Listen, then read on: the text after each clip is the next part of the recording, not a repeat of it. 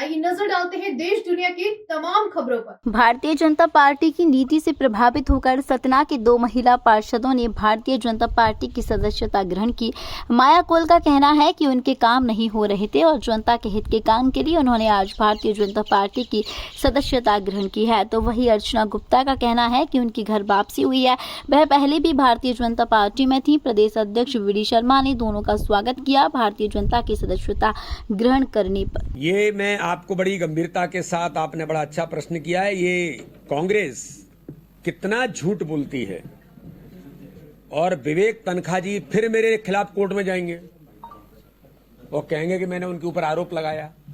मैं आज आरोप लगाता हूं, विवेक तनखा जी इतना झूठ बोलना भी आप सीख गए इतने बड़े एडवोकेट होने के बाद कि दुग्ध संघ को मध्य प्रदेश के अंदर आप दूसरे किसी को देने वाले हैं और इसका आरोप आप लगा रहे हैं बिना किन्हीं तथ्यों और बिना किसी जानकारी के। नेशनल डेयरी डेवलपमेंट बोर्ड, मैं विवेक जी आपसे पूछना चाहता हूं और कांग्रेस से पूछना चाहता हूं कि आज मध्य प्रदेश के अंदर 5 लाख करोड़ लीटर दूध पैदा होता है और इसमें से 10 लाख लीटर दूध केवल कोऑपरेटिव सेक्टर के द्वारा कलेक्ट होता है।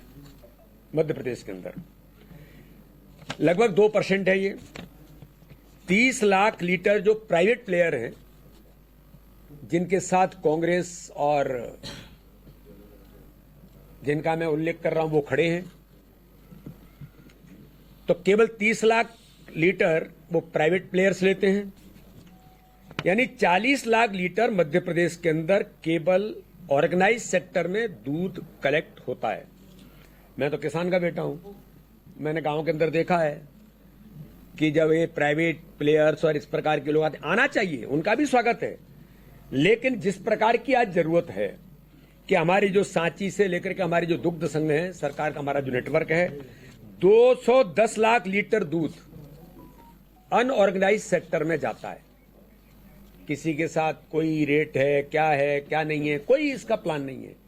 नेशनल डेयरी डेवलपमेंट बोर्ड ये न किसी राज्य का है,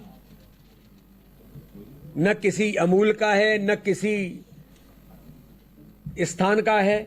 नेशनल डेयरी डेवलपमेंट बोर्ड ये केंद्र सरकार का संस्थान है जो डेयरी के डेवलपमेंट के लिए, रिसर्च के लिए पूरा काम देश के अंदर करते हैं। तो पूरे देश के अंदर इस प्रकार के अनऑर्गेनाइज सेक्टर को ऑर्गेनाइज कैसे किया जाए, सरकार अपनी भूमिका कैसे निभाए।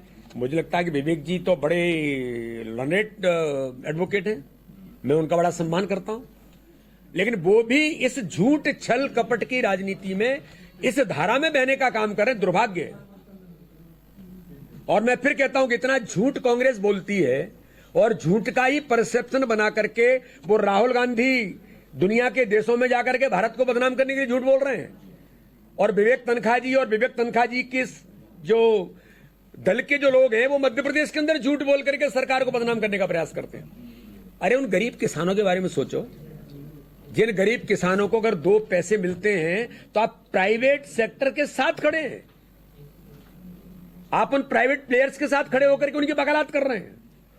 दुर्भाग्य है, नेशनल डेयरी डेवलपमेंट बोर्ड के माध्यम से सांची से लेकर के किसी भी दुग्ध संस्थान को अच्छा उन्हें तकनीक दे करके उन्हें पारंगत बनाया जाए और किसानों को इसका लाभ मिले। इस काम को नेशनल डेयरी डेवलपमेंट बोर्ड कर रहा है। मैं मध्य प्रदेश की सरकार को, हमारे मुख्यमंत्री जी को बहुत हृदय से बधाई और शुभकामनाएं देता हूं कि उन्होंने एक इस प्रकार का व्यापक कदम, स्वागत योग्य कदम उठाया है जो किसानों के हित में और डेयरी के क्षेत्र में जो आप देख रहे हैं 210 लाख लीटर दूध अनऑर्गेनाइज में जा रहा है, तो इससे ऑर्गेनाइज होगा तो इससे मध्य प्रदेश का भी लाभ मिलेगा, किसानों को भी लाभ मिलेगा और मुझे लगता है कि जो कांग्रेस के लोग वकालत कर रहे हैं इनके लोग गांव में रहते होंगे तो उनको भी लाभ मिलेगा।